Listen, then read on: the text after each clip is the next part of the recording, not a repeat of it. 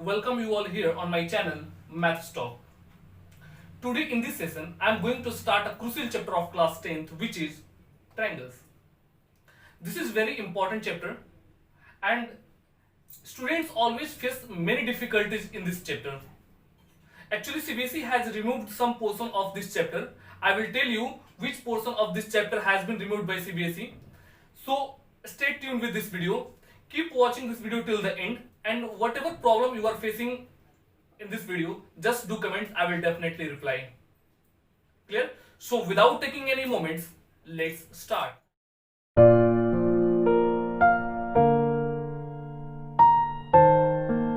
So first of all, मैं बात कर रहा हूं ट्रायंगल में कि जैसे क्लास 9th में हमने पढ़ा था कॉन्ग्रुएंसी के बारे में हमने पढ़ा था. अभी हमें ट्रायंगल्स में क्लास 10th के पार्ट में क्या पढ़ना है, सिमिलरिटी के बारे में. तो कॉन्ग्रुएंसी और सिमिलरिटी क्या है, तो मैं अभी थोड़ा सा एक रिकैप करूंगा कॉन्ग्रुएंसी के बारे में. आप देखेंगे जिन्हें भी अगर ट्रायंगल के कॉन्ग्रुएंसी में प्रॉब्लम होगा तो क्लास 9th का वीडियो ऑलरेडी मेरा है, आप वहां पे जाकर देख सकते हैं. तो अभी मैं थोड़ा सा कॉन्ग्रुएंसी को थोड़ा सा रिकैप करूंगा और सिमिलरिटी बताऊंगा कि सिमिलरिटी क्या है. तो हमें क्लास 10th के ट्रायंगल्स में सिमिलरिटी के बारे में पढ़ना है और सिमिलरिटी बेस्ड जो भी पार्ट आएंगे उसको जानना है. तो सबसे पहले हम बात करते हैं ट्रायंगल्स में सिमिलर फिगर के बारे में. तो सिमिलर फिगर्स क्या होते हैं, सबसे पहला टॉपिक क्या है हमारा, similar figure.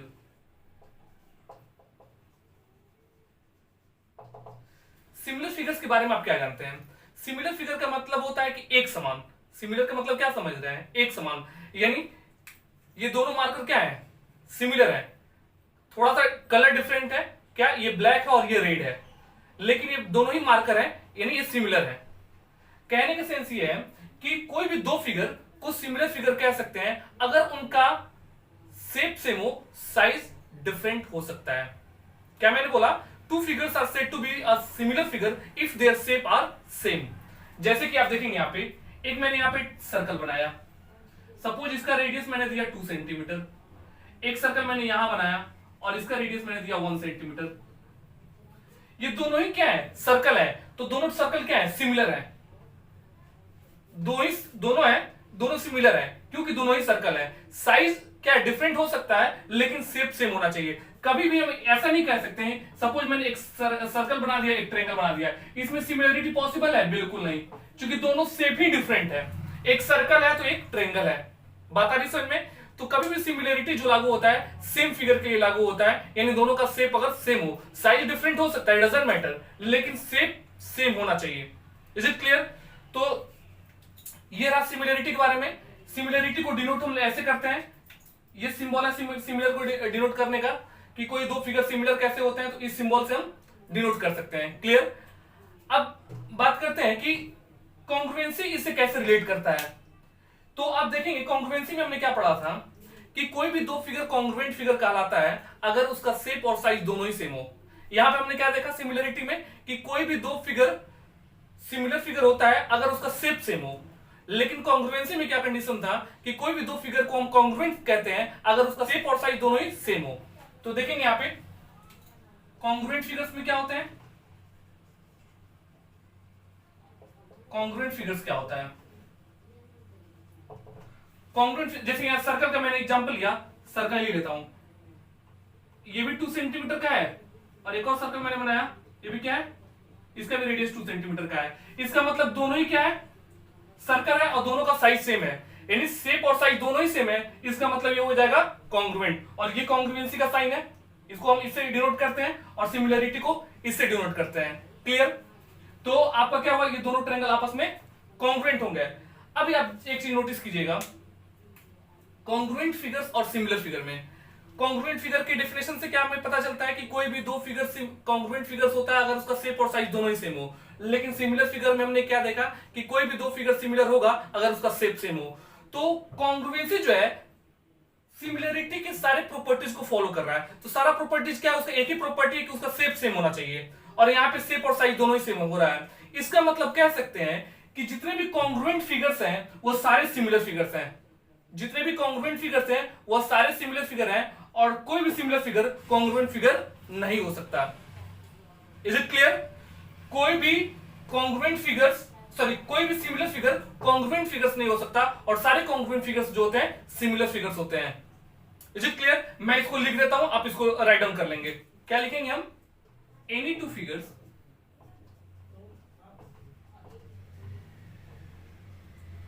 Are said to be similar figures if their shapes are, कोई दो फिगर सिमिलर फिगर होता है अगर उसका शेप सेम हो। एग्जांपल में आप देख लीजिए, यहां पे एक सर्कल ये हुआ, इसका 2 सेंटीमीटर रेडियस हुआ, एक सर्कल ये हुआ, ये भी क्या हुआ, इसका रेडियस 1 सेंटीमीटर हुआ, लेकिन दोनों क्या है, दोनों ही सिमिलर है, दोनों सर्कल है। दूसरा एग्जांपल हमने क्या लिया था, सपोज एक लाइन सेगमेंट लिया मैंने, अगर ये ए भी एक लाइन सेगमेंट है, ये 5 सेंटीमीटर का है, और एक सीडी लाइन सेगमेंट है, ये आपका 3 सेंटीमीटर का है, तो दोनों आपस में क्या होंगे, सिमिलर होंगे, क्योंकि दोनों ही लाइन सेगमेंट है। तो ऐसे कोई भी फिगर मिलेंगे जो जिसका शेप सेम हो और साइज डिफरेंट हो, या साइज सेम भी होगा तो भी सिमिलर होगा, अभी मैं आगे बता रहा हूं इसको। तो ऐसे दो फिगर जिसका शेप सेम है तो वह सिमिलर फिगर कहलाएगा। नेक्स्ट आपको मैंने क्या बताया था, कॉन्ग्रुएंट फिगर्स के बारे में। तो कॉन्ग्रुएंट फिगर्स क्या होता है,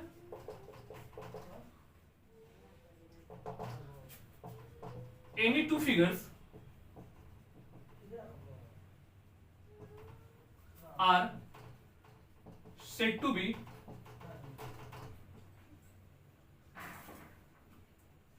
congruent figures if their shapes and sizes are same। कोई भी दो फिगर को कॉन्ग्रुएंट फिगर्स कहते हैं अगर उसका शेप और साइज सेम होता है। एक्चुअली मैंने क्लास 9 में ऑलरेडी बताया हुआ है, तो आप क्लास 9 में जाके कॉन्ग्रुएंसी के जो भी डेप्थ कॉन्सेप्ट है उसको वहां पे देख सकते हैं। मैं थोड़ा सा यहाँ पे रिलेशन को शो करने के लिए फिर से मैं रिकैप कर रहा हूं, ठीक है। तो मैंने क्या बोला कि कोई भी दो फिगर्स जो होते हैं कॉन्ग्रुएंट फिगर कहलाते हैं, कब, जब उसका शेप और साइज दोनों आपस में सेम हो। अब देखिएगा यहाँ पे एग्जाम्पल मैं दे रहा हूं, सपोज एक सर्कल ये है और एक सर्कल ये है, इसका रेडियस 2.5 मैंने ले लिया और इसका भी रेडियस हमने 2.5 ले लिया। इसका मतलब दोनों क्या है, दोनों ही कॉन्ग्रुएंट है, ठीक है, कि दोनों का शेप सेम है और दोनों का साइज भी सेम है, ठीक है। अगर दूसरा फिगर लिया जाए, अगर मैंने लिया यहाँ पे जैसे लाइन सेगमेंट का लिया था, अगर एक लाइन सेगमेंट ए बी यहाँ है और एक लाइन सेगमेंट सी डी यहाँ है, अगर ये भी 5 सेंटीमीटर का है और ये भी 5 सेंटीमीटर का है, तो दोनों क्या आपस में सिमिलर है। तो कोई भी दो फिगर्स हो सकता है, कोई भी दो फिगर्स कॉन्ग्रुएंट का हो जाएगा अगर उसका शेप और साइज आपस में सेम हो। बात है समझ में? तो अब इस पे रिलेशन क्या बनता है कि कॉन्ग्रुएंट फिगर जो होता है सिमिलर फिगर के प्रॉपर्टीज को फॉलो करता है, लेकिन सिमिलर फिगर कॉन्ग्रुएंट फिगर के प्रॉपर्टीज को फॉलो नहीं करता है। इसलिए कह सकते हैं कि जितने भी कॉन्ग्रुएंट फिगर्स होते हैं वो सारे सिमिलर फिगर होते हैं, जितने भी सिमिलर फिगर होते हैं कोई भी सिमिलर फिगर जो होता है वो कॉन्ग्रुएंट नहीं होता है। तो इसको नोट में लिख सकते हैं हम, क्या नोट हम डाल सकते हैं, every congruent figures are called similar figures, but not any similar figures are called congruent figures. Is it clear? तो आप इसको नोट डाउन कर लेंगे। रिलेशन क्या बना इसका कि जितने भी कॉन्ग्रुएंट फिगर्स होते हैं वो सारे सिमिलर फिगर कहे जाते हैं, लेकिन कोई भी सिमिलर फिगर होता है वो कॉन्ग्रुएंट फिगर नहीं कहा जाता है। Is it clear? तो ये अभी हमने आपको सिमिलर फिगर्स और कॉन्ग्रुएंट फिगर के बारे में बताया और इनके बीच का रिलेशन क्या बनता है वो बताया। अब आइए हमें ट्रायंगल्स के बारे में पढ़ना है, तो सिमिलर ट्रायंगल्स के बारे में हम जानते हैं कि सिमिलर ट्रायंगल्स क्या होता है और सिमिलर ट्रायंगल्स के प्रॉपर्टीज क्या होते हैं। सो let's C.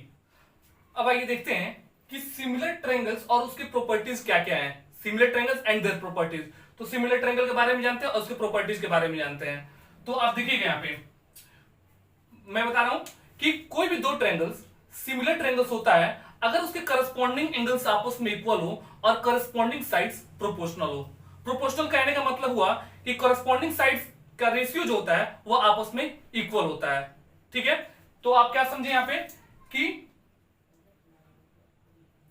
Any two triangles are said to be similar triangles if, पहला क्या आएगा, if their corresponding sides, corresponding angles are equal, and दूसरा जो आएगा their corresponding sides are proportional. Is it clear? तो आपने क्या देखा यहाँ पे कि कोई भी दो ट्रायंगल सिमिलर ट्रायंगल होगा अगर उसका करस्पॉन्डिंग एंगल्स आपस में इक्वल हो और करस्पॉन्डिंग साइड्स जो वह प्रोपोर्शनल हो। प्रोपोर्शनल का मतलब हुआ कि उसके साइड्स का जो रेशियो है वो आपस में इक्वल है।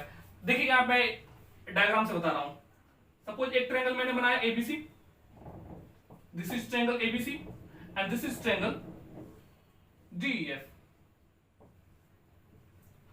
ठीक है, दोनों ट्रायंगल से तो सिमिलर है, कोई इश्यू नहीं।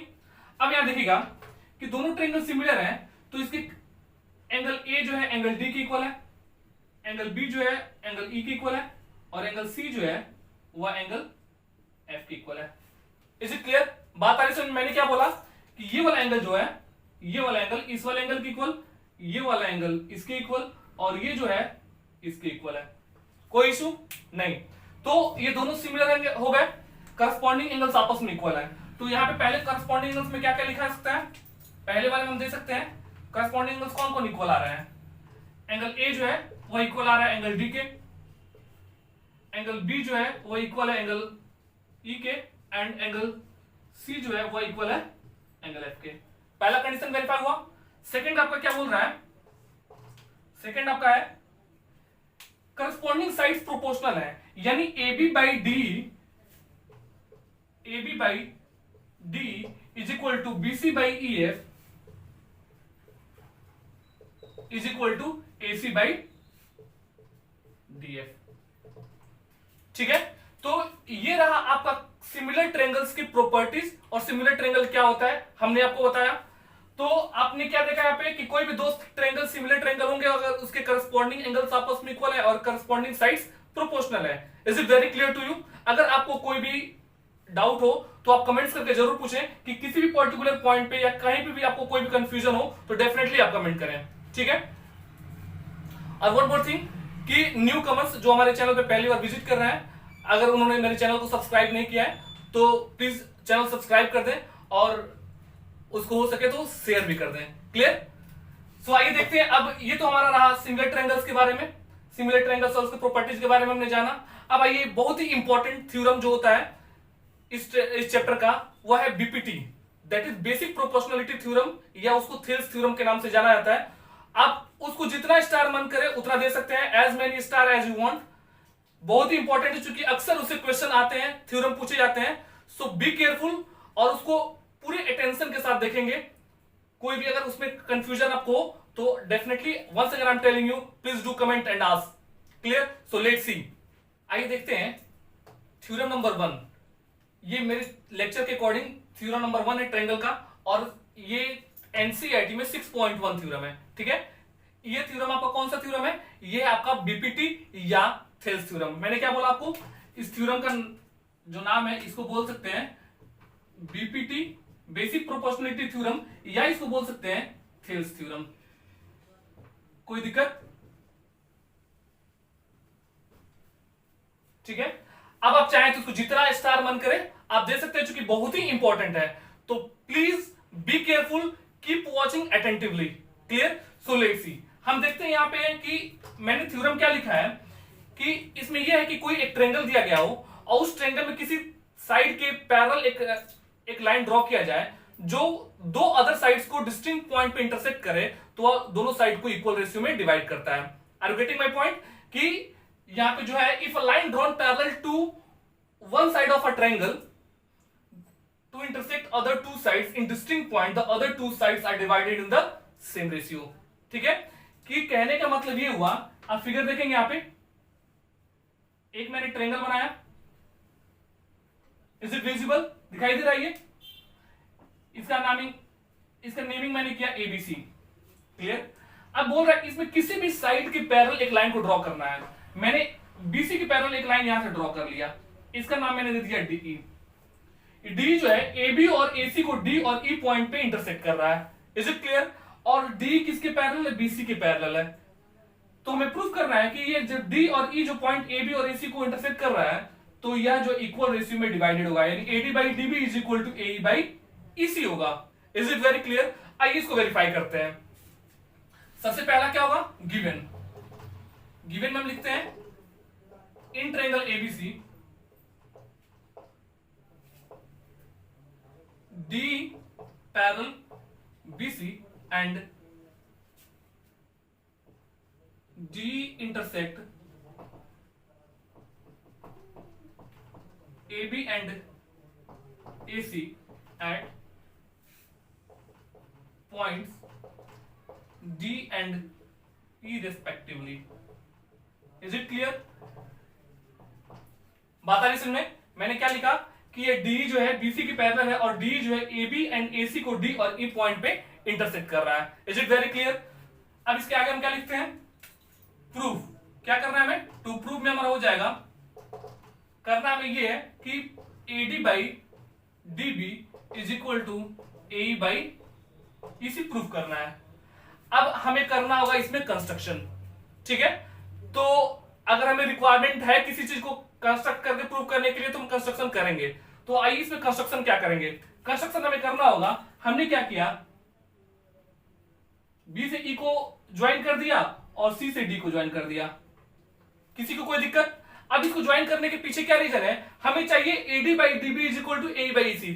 जो हमें प्रूफ करना है उसी के अकॉर्डिंग हमें चलना होगा कि हम क्या स्टेप लेंगे जिससे कि हमारा जो प्रूफ करने वाला पार्ट है वो आ सके। तो हमने क्या इसलिए लिया इसको कि आप देख रहे हो कि D और BC आपस में पैरेलल है।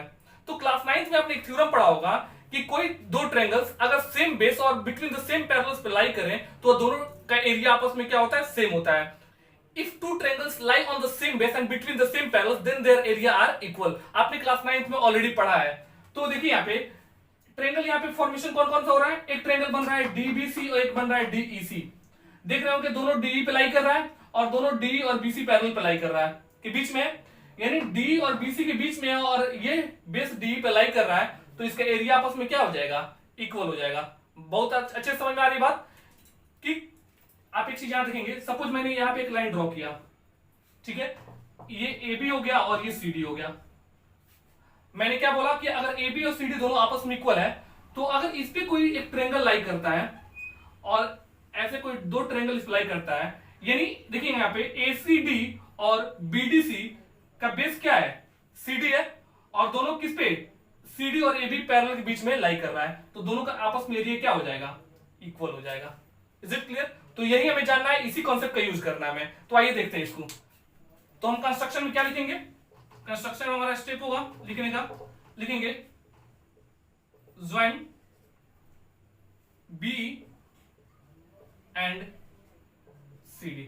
इसके आगे भी कोई कंस्ट्रक्शन करना होगा, पहले इसको हम लिखते हैं, उसके बाद जो स्टेप आएगा मैं समझाऊंगा कि क्यों आगे कंस्ट्रक्शन कैसे होगा। फिर अगला स्टेप होगा प्रूफ का।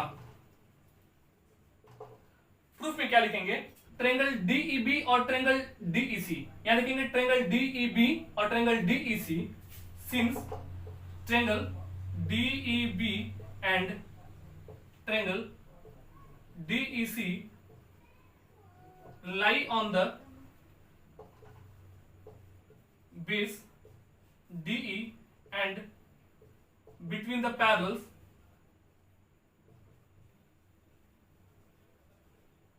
किसके किसके, DE एंड BC, D और BC पैरेलल के बीच में लाई कर रहा है। तो अब आप देखेंगे कि therefore area of triangle DEB is equal to area of triangle DEB is equal to area of triangle DEC। ठीक है। रीजन क्या देंगे इसका, रीजन इसका देंगे यहाँ पे, स्पेस की कमी की वजह के कारण मैं यहाँ पे लिख नहीं रहा हूं, आप यहाँ पे राइट डाउन करेंगे। Since triangles on the same base and between the same parallels are equal in area. आप रीजन दे देंगे, यहाँ पे रीजन देना कंपलसरी आपको। तो मैंने क्या लिखा यहाँ पे कि ये दोनों का एरिया आपस में क्या है, सेम हो जाएगा, क्यों कि दोनों ट्रायंगल सेम बेस और बिटवीन सेम पैरेलल्स पे लाई कर रहा है। Is it very clear. अब इसका हमें क्या करना होगा, एरिया निकालना है। तो एरिया निकालने के लिए हमें ट्रायंगल का एरिया निकालते हैं तो क्या फॉर्मूला लगता है, 1/2 इंटू बेस इंटू हाइट। तो 1/2 इंटू बेस इंटू हाइट लगता है। तो इसमें हमारे पास हाइट कहाँ है, अगर आप चाहेंगे तो कह सकते हैं कि सर ट्रायंगल डीईबी में आप यहां से परपेंडिकुलर ड्रॉ कर सकते तो हाइट का काम करेगा, और ट्रायंगल डीईसी में यहां से ड्रॉ करेंगे तो काम हो सकता है। लेकिन ये हमारा करना गलत होगा, क्यों, क्योंकि आप एक कंसेप्ट देखेंगे कि ये कौन सा किस टाइप का ट्रायंगल है, एक ऑब्ट्यूज एंगल ट्रायंगल है। ऑब्ट्यूज एंगल ट्रायंगल में आप देखेंगे, अगर मैंने एक ऑब्ट्यूज एंगल ट्रायंगल बनाया, ठीक है, ऑब्ट्यूज एंगल ट्रायंगल क्या होता है कि किसी भी कोई भी ट्रायंगल जिसमें एक एंगल जो 190 से ज्यादा हो वो क्या होता है, ऑब्ट्यूज एंगल ट्रायंगल होता है। तो अगर ये ट्रायंगल ऑब्ट्यूज एंगल ट्रायंगल है एबीसी, तो इसमें अगर हाइट में ड्रॉ करना होता है तो क्या करते हैं, इस ट्रायंगल के आउटसाइड एक परपेंडिकुलर ड्रॉ करते हैं। वो परपेंडिकुलर क्या होगा, सपोज हमने यहां से ड्रॉ किया इसको और इसको हमने मिला दिया, अगर ये पी पे आएंगे, AP is the height of triangle ABC, यही होता है ना। तो आप देखेंगे यहाँ पे अगर डीईबी एक ट्रायंगल है तो ये ऑब्ट्यूज एंगल ट्रायंगल है, तो इसको हाइट, इसमें हाइट लेने के लिए हमें क्या करना होगा, अपने कंफर्टेबिलिटी के अकॉर्डिंग, क्योंकि मुझे क्या चाहिए, एडी बाई डीबी चाहिए। अगर हम यहां से इस पे परपेंडिकुलर ड्रॉ करते हैं तो इस वाले ट्रायंगल का हाइट का काम करेगा, ये डेफिनेटली करेगा। हमने क्या किया, यहां से परपेंडिकुलर ड्रॉ कर दिया और इसका नाम मैंने दे दिया पी, ठीक है। तो देखेंगे आप ईपी क्या कर रहा है, ट्रायंगल डीईबी के हाइट का काम करेगा ऑब्ट्यूज एंगल ट्रायंगल में, क्योंकि ये इसी लाइन को आगे प्रोड्यूस किया गया है। तो हमने क्या कर दिया, फिर कंस्ट्रक्शन में लिखेंगे, ड्रॉन ईपी परपेंडिकुलर एडी, और इसके बाद इस वाले ट्रायंगल के लिए हाइट का काम ये करेगा। हमने क्या कर दिया, यहां से इसको ज्वाइन कर दिया और इसका नाम दे दिया मैंने क्यू, यानी डी क्यू। क्या किया, ये ए पे परपेंडिकुलर हो गया और यह ट्रायंगल डीईसी के हाइट का काम कर रहा है। तो यहां पे एक और लिख देंगे point, EP perpendicular AD and DQ perpendicular AE, कोई इशू नहीं। तो आपको ये चीज समझ में आ रही है बात। अब हम क्या करते हैं, लिखते क्या है, now area of triangle DEB, पहले इसको ऐसे रन देते हैं। अब इसको इक्वेशन 1 मानिए, ठीक है। अब क्या करते हैं, हमें ट्रायंगल डीईबी और ट्रायंगल डीईसी में अगर दोनों साइड इसको एरिया ऑफ ट्रायंगल एडीबी से डिवाइड कर दें तो हमें कुछ रेशियो मिल जाएगा, मिलेगा डेफिनेटली। आइए देखते हैं, लिखते हैं यहां पे divide equation 1 by area of triangle ADE. हम क्या करते हैं, एरिया ऑफ ट्रायंगल एडीई से डिवाइड करते हैं। तो डिवाइड करेंगे तो क्या हो जाएगी, area of triangle DEB by area of triangle ADE is equal to, चूंकि इक्वल है आपस में, area of triangle DEC by area of triangle ADE. कोई दिक्कत किसी को। अब आगे स्टेप बढ़ेंगे तो एरिया ऑफ ट्रायंगल डीईबी को, एरिया ऑफ ट्रायंगल डीईबी को क्या लिख सकते हैं, 1/2 इंटू डीबी, ये बेस का काम करेगा क्योंकि परपेंडिकुलर इसी बना हुआ है। तो लिख सकते हैं 1/2 इंटू बेस हो जाएगा आपका डीबी और हाइट क्या हो जाएगा, एडी, ठीक है। सॉरी, हाइट क्या हो जाएगा आपका ईपी, सॉरी हाइट इसको क्या लिखेंगे, ईपी, क्लियर। अब एरिया ऑफ ट्रायंगल एडीई में क्या लेते हैं, बेस एडी हो जाएगा और हाइट क्या हो जाएगा, ईपी हो जाएगा, यानी 1/2 इंटू बेस आपका एडी और इंटू हाइट क्या हो जाएगा, ईपी। ये इक्वल हो जाएगा area of triangle DEC. Area of triangle DEC में क्या देखते हैं कि बेस हो जाएगा आपका ईसी और हाइट हो जाएगा डीक्यू। तो लिखेंगे 1/2 into EC into DQ by 1/2 into area of triangle AD. AD में इसके रेस्पेक्ट में हमने लिया, एडी को बेस लिया तो ये हाइट का काम कर रहा है। जब एई को बेस लेंगे तो डीक्यू क्या करेगा, हाइट का काम करेगा। तो इसको लिख सकते हैं 1/2 इंटू ए ई इंटू डी क्यू।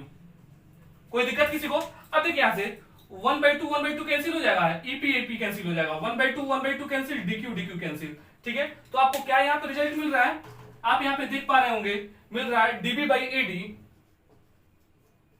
जो है वह इक्वल आया किसके, ईसी बाई ए के।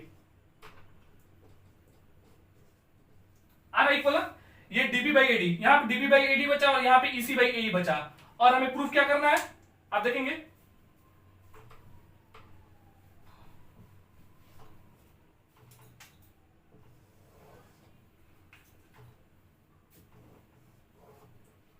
अब आप देखेंगे यहां पे ये DB by AD EC by A हो गया। हमें प्रूफ क्या करना है, एडी बाई डीबी। अगर इसका रेसिप्रोकल कर दें तो आपस में इक्वल हो जाएगा। तो इसको लिख सकते हैं AD by DB is equal to A by EC. क्या किया मैंने, इसका रेसिप्रोकल कर दिया। इसका रेसिप्रोकल किया तो आपस में क्या हो जाएंगे, ये नीचे वाला ऊपर, ऊपर वाला नीचे चला जाएगा। तो एडी बाई डीबी जो हुआ ए बाई ईसी के इक्वल हो गया। और हमें इसी को क्या करना था, प्रूव करना था। बात आ रही समझ में? तो हमने यहां पे क्या वेरीफाई किया कि किसी ट्रायंगल में किसी भी साइड के पैरेलल अगर एक लाइन ड्रॉ किया जाए जो दो अदर साइड्स को डिस्टिंक्ट पॉइंट पे इंटरसेक्ट करे तो वह हम दोनों साइड को इक्वल रेशियो में डिवाइड करता है। तो ट्रायंगल आपने डीबी एबीसी में देखा कि डी क्या है, ये डी जो है बीसी के पैरेलल है, एबी और एसी को डी और ई पॉइंट पे इंटरसेक्ट करता है। तो यह एडी बाई डीबी जो हुआ ए बाई ईसी के इक्वल आया। ठीक है, तो यही हमें प्रूफ करना था बीपीटी थ्योरम में। अब इसमें कुछ और रिजल्ट आपको निकल के आएगा। अब अगर इसमें देखिए तो अब आपने ये प्रूफ किया ना, अब आपका एक काम कीजिए, यहां से रिजल्ट आपको कुछ निकल के और आएगा। ये क्या रिजल्ट देगा, हमने क्या किया, आपका एडी बाई डीबी आया है ना, is equal to A by EC आया है। दोनों साइड हम क्या करते हैं, 1 ऐड कर देते हैं। ठीक है, हमने दोनों साइड क्या किया, 1 ऐड कर दिया। तो 1 ऐड करेंगे तो क्या रिजल्ट निकलेगा, एडी प्लस डीबी इधर हो जाएगा by DB is equal to A plus EC by EC. हो गया। अब यहां देखेंगे एडी प्लस डीबी क्या देगा, ए बी देगा by DB is equal to A plus EC क्या देगा, एसी देगा, एसी बाई ईसी। एक आपने यहां प्रूफ किया, इसको बात आ रही समझ में? तो ये चीज निकला। अब आप इसके थ्रू में देखा, अब अगर इसको हम लेकर देखें कि अगर आपके पास क्या है, डीबी बाई एडी जो है वह इक्वल है किसके, ईसी बाई ए के। अगर इसमें हमने 1 दोनों साइड ऐड कर दिया तो क्या रिजल्ट निकला,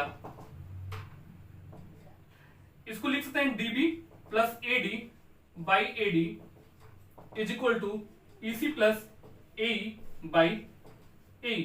इसको क्या लिखा है sir, DB plus AD, DB plus AD आपको ए भी देगा, बाई एडी ऑलरेडी है, EC plus A, EC plus A आपको एसी देगा बाई ए।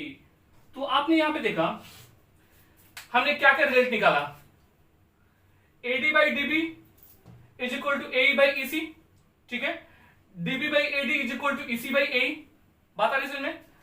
तो आप यहां पे रिजल्ट देखेंगे कि यहां पे हमें 3 मेजर रिजल्ट्स मिल रहा है। वो तीनों मेजर रिजल्ट्स क्या है, पहला हमें मिला क्या, ये वाला पार्ट, दूसरा मिला हमें ये वाला पार्ट, तीसरा मिला हमें ये वाला पार्ट। अगर इसका रेसिप्रोकल निकालेंगे वो भी आपस में इक्वल होंगे, वो भी ट्रू होगा, इसका रेसिप्रोकल भी ट्रू होगा और इसका भी रेसिप्रोकल ट्रू होगा। रेसिप्रोकल का मतलब एडी बाई डीबी है तो उसको DB by AD is equal to EC by A कर सकते हैं। यहाँ पे AB by DB is equal to AC by EC है तो इसको रिवर्स कर देंगे, DB by AB EC by AC हो जाएगा। और यहाँ पे AB by AD AC by A है तो AD by AB is equal to A by AC हो जाएगा। ठीक है, तो यहाँ पे ये 3 मेजर रिजल्ट्स निकल के आ रहे हैं बीपीटी थ्योरम से कि किसी भी ट्रायंगल में किसी भी साइड के पैरेलल एक लाइन ड्रॉ किया जाए जो दो रेस्ट साइड्स को एक डिस्टिंक्ट पॉइंट पे इंटरसेक्ट करे तो उन दोनों साइड्स को वह इक्वल रेशियो में डिवाइड करता है। तो हमने इसको प्रूफ किया। आपका क्वेश्चन हो सकता है क्या सर, अगर बीपीटी थ्योरम को हमें प्रूफ करना हो तो ये तीनों प्रूफ करना होगा? बिल्कुल नहीं, इसको मैंने बताया आपको क्वेश्चन को सॉल्व करने बहुत हेल्पफुल होगा। ये आपको सिर्फ प्रूफ करना है क्या, ये वाला AD by DB is equal to A by EC. और ये मैंने बताया आपको कि क्वेश्चंस को वेरीफाई करने में, प्रूफ करने में और क्वेश्चन को सॉल्व करने में काफी हेल्पफुल होगा। ठीक है, तो ये रहा आपका बीपीटी थ्योरम। आइए अब हम इसका कन्वर्स देखते हैं कि बीपीटी थ्योरम का कन्वर्स क्या है। सो लेट्स सी, आइए देखते हैं बेसिक प्रोपोर्शनलिटी थ्योरम यानी बीपीटी का कन्वर्स। ये क्या, कौन सा थ्योरम आपका? Converse of BPT. ठीक है, इसका कन्वर्स क्या है कि किसी ट्रायंगल में अगर एक लाइन ड्रॉ किया जाए जो दो साइड्स को इक्वल रेशियो में डिवाइड करता है तो वो तीसरी लाइन के पैरेलल होता है। यानी कहने का मतलब ये हुआ कि अगर एक ट्रायंगल ये हुआ, अगर ये एबीसी एक ट्रायंगल हुआ, ठीक है, अगर मैंने एक लाइन ड्रॉ कर दिया इस तरीके से कुछ, ठीक है, अगर इसको ड्रॉ किया हमने, अगर ये डी और ई पे काटता है, क्लियर, तो अगर इसको इक्वल रेशियो में डिवाइड कर रहा है तो इसका मतलब ये हुआ कि ये डी जो होगा बीसी के पैरेलल है। बात आ रही समझ में? तो आप यहां देखेंगे सबसे पहला स्टेप क्या होगा, गिवन लिखते हैं in triangle ABC D intersect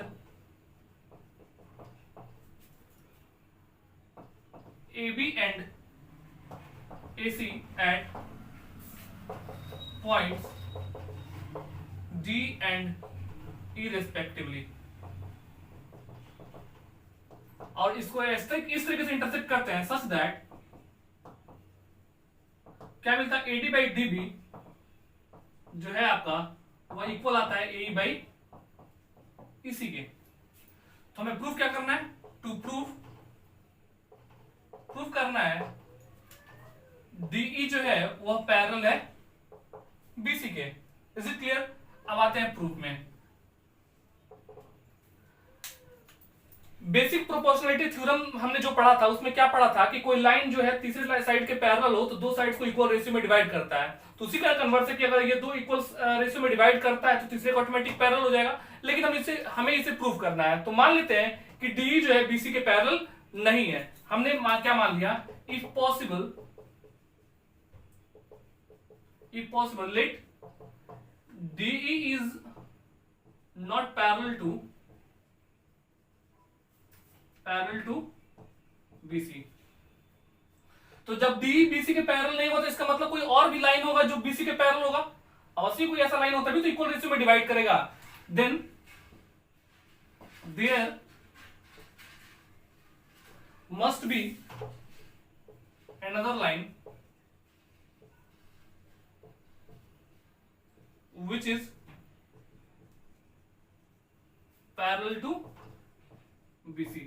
अवश्य कोई ऐसा लाइन होगा जो BC के पैरेलल होगा। हमने मान लिया लेट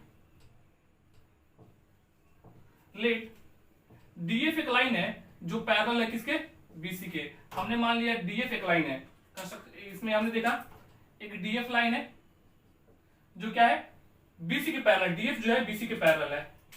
इज इट क्लियर? अब आइए देखते हैं इसमें, सिंस DF पैरेलल BC, जब DF BC के पैरेलल होगा तो AD बाई लिखेंगे यहां पे, then by basic proportionality theorem. BPT से क्या मिलेगा आपको, अगर DF BC के पैरेलल मिल जाएगा तो इसके दो साइड्स जो होंगे वो इक्वल रेशियो में डिवाइडेड होंगे। यानी AD बाई DB जो होगा वह AF बाई FC की इक्वल होगा। इस इक्वेशन फर्स्ट मान लीजिए। लेकिन आपके पास ऑलरेडी क्या है, AD बाई DB जो है AE बाई EC के इक्वल है, बट AD बाई DB जो है वह AE बाई EC के इक्वल है। ऑलरेडी गिवन में इसी इक्वेशन हमने 2 मान लिया। तो AD बाई DB यहाँ पे AF बाई FC के इक्वल आया और AD बाई DB यहाँ पे AE बाई EC के इक्वल आया। तो फ्रॉम इक्वेशन 1 एंड 2 जब ये दोनों आपस में इक्वल तो ये दोनों भी आपस में क्या होंगे, इक्वल होंगे। Therefore AF by FC is equal to AE by EC from 1 and 2। 1 and 2 से हमें क्या मिला, AF by FC is equal to AE by EC मिला। अब हम क्या करते हैं कि इसमें दोनों साइड 1 ऐड करते हैं अपने कंफर्टेबिलिटी। यहां से भी हम बता सकते हैं लेकिन आपको थोड़ा सा और इजी कर देने के लिए मैं बता रहा हूं। यहां पे दोनों साइड मैंने क्या किया, AF बाई FC प्लस 1 कर दिया यहां पे, और यहां पे कर दिया AE बाई EC प्लस 1। अब आपको क्या मिलेगा यहां पे, AF plus FC by FC is equal to AE plus EC by EC। अब देखेंगे यहाँ पे AF प्लस FC क्या देगा आपको, AC देगा by FC is equal to AE plus EC, AE plus EC आपको क्या मिलेगा, AC, नीचे आ गया AC, AC कैंसिल हो जाएगा, यानी आप देखेंगे इसका रिवर्स करेंगे तो क्या मिल जाएगा आपको, यानी 1/FC जो है 1/EC की इक्वल आया, इसका मतलब FC जो हुआ वो किसके इक्वल मिल गया, EC की इक्वल मिल गया, यानी FC जो है EC की इक्वल मिल रहा है। ये पॉसिबल कैसे है, FC जो है ये वाला पूरा पार्ट, ये पूरा पार्ट इसके इक्वल कैसे आएगा, तभी होगा जब F और E कोइंसाइड होगा। क्या लिखेंगे इसके बाद से, this is possible only when E and F are coincide together। ये पॉसिबल तभी होगा जब E और F आपस में coincide होंगे। जब E और F आपस में coincide है तब क्या हो जाएगा, जो आपने ये रिजल्ट देखा D जो होगा BC के पैरेलल हो जाएगा। This is possible only when E and F are coincide together। तो अभी आपने क्या देखा, सिंस DF जो है वह पैरेलल है किसके, BC के, तो आपका क्या हो जाएगा, DE जो होगा वह पैरेलल हो जाएगा BC के, और हमें यही ना प्रूव करना था और हमने इसको प्रूव कर लिया। क्यों, DF पैरेलल BC हमने माना था और DE पैरेलल BC हमें प्रूव करना था। तो जब E एंड F कोइंसाइड कर रहा है इसका मतलब E और F एक दूसरे पे लाई कर रहा है, तो DE जो हो जाएगा वह BC के पैरेलल होगा। क्लियर, तो ये रहा हमारा कन्वर्स ऑफ BPT, जिसको हमने बहुत अच्छे से समझा। अगर आपको कोई भी डाउट हो तो आप डेफिनेटली कमेंट्स करके पूछें कि किसी भी पर्टिकुलर पॉइंट पे आपको डाउट होगा, या इस पे बेस्ड जो भी क्वेश्चंस है उसमें कोई भी डाउट हो तो आप जरूर पूछें, ठीक है। तो ये दोनों ही चीजें काफी इंपॉर्टेंट है, इसको थॉरोली आप समझेंगे, जो भी डाउट होगा इसे जरूर पूछेंगे और इस पे बेस्ड जो भी एक्सरसाइज है उसको बनाएं, ठीक है। तो once again I'm telling you, those who have not subscribed my channel, please subscribe it, share it and do comments also, okay। So till that time, stay home, stay safe and take care of yourself. Goodbye.